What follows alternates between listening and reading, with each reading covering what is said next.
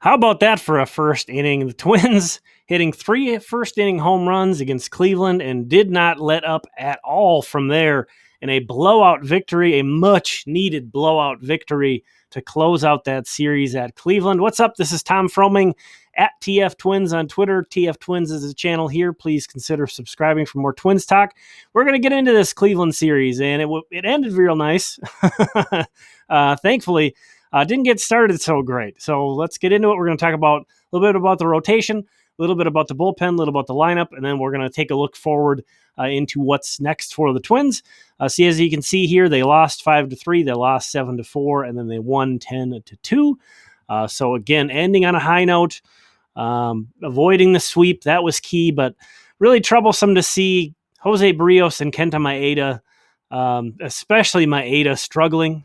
I don't know if you can be that upset about Jose Barrios. Again, this first column is game score 2.0.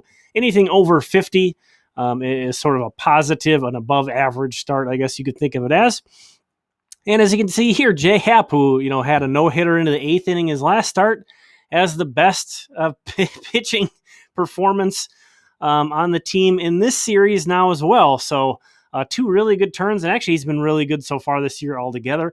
Just sort of his first couple starts of the year is building up strength. But now, you look at the big picture, Happ 1.96 ERA and 0.83 whip in his 23 innings pitched.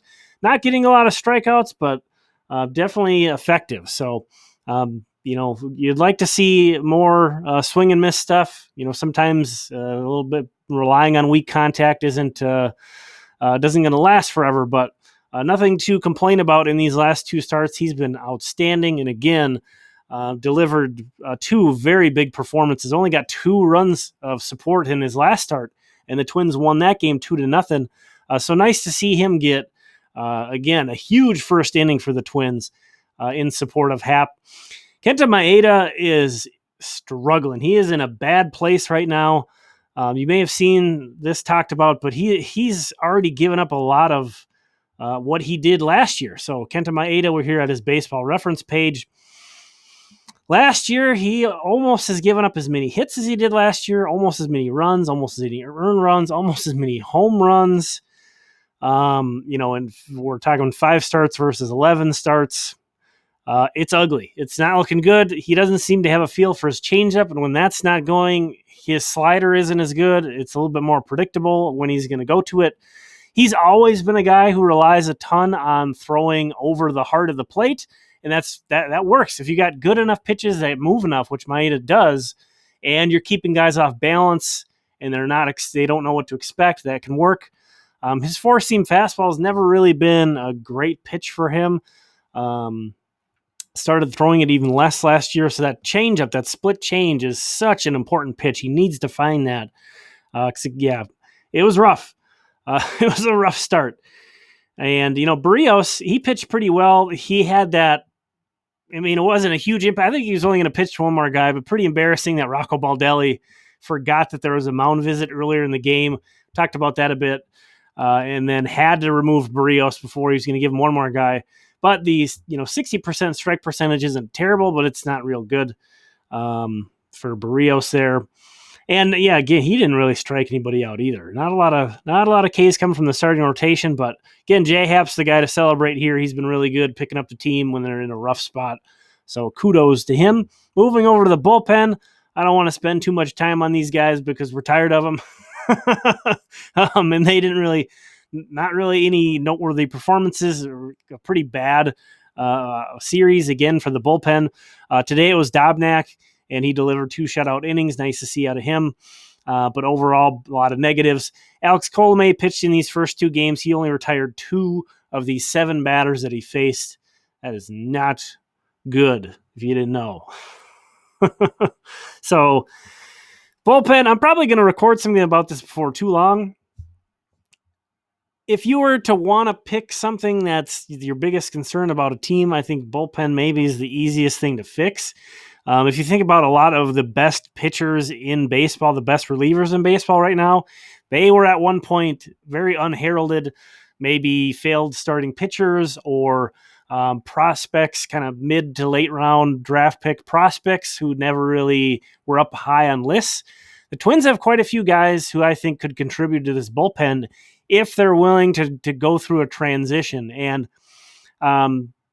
is that going to be something they're willing to do? I'm not sure. We're going to find out. But they did, a couple of years ago when they had Blake Parker, and he wasn't as bad as Colomé has been. But they got rid of Blake Parker. They moved on from him, and actually he pitched pretty well after leaving the Twins. But that was a move that they made that worked out for both sides. It just wasn't working. So they moved on from him and gave some other guys a shot. And I could see the Twins figuring out this bullpen as the year goes. It's bad to have to watch it be worked through right now, especially Colomé. But I mean, there's been other guys too that have struggled.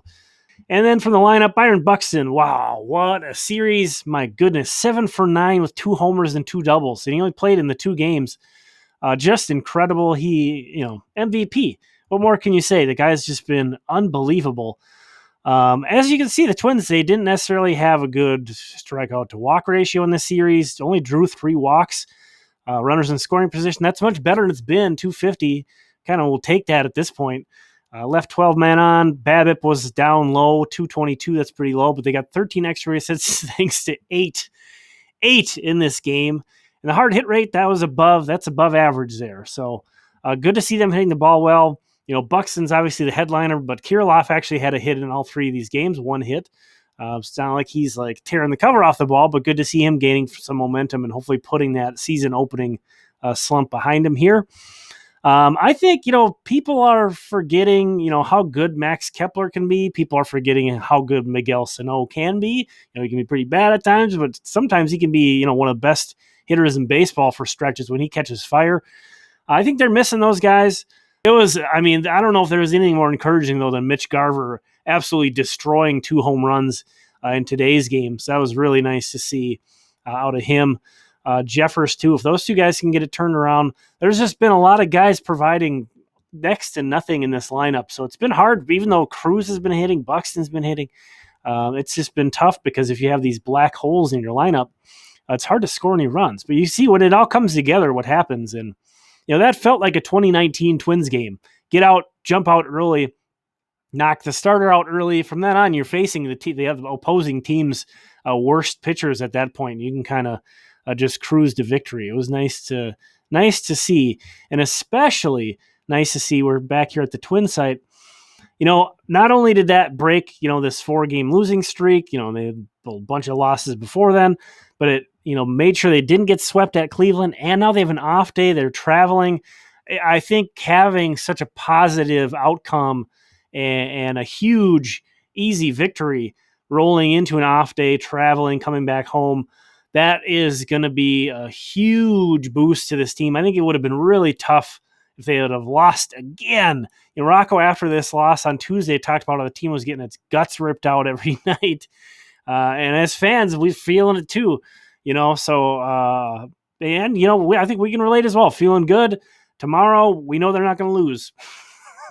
So we can kind of carry this good vibes forward into this Kansas City series. And actually, they have this was only a 1 series road trip. They just went to Cleveland, back home, and they're hosting Kansas City and then Texas before going to Detroit. So taking a look at the standings, let's just focus on Kansas City for now. If you didn't know, they're off to a really nice start.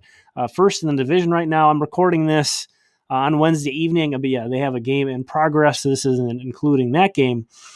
But yeah, 14-8. But you see here their run differential is only +3. So it's not like they've been amazing. Again, no way to throw shade at a team that's got a .636 winning percentage. That was the best in the American League coming into today. So we'll stop there. Thanks for checking this out. This has been Tom. We'll talk again soon.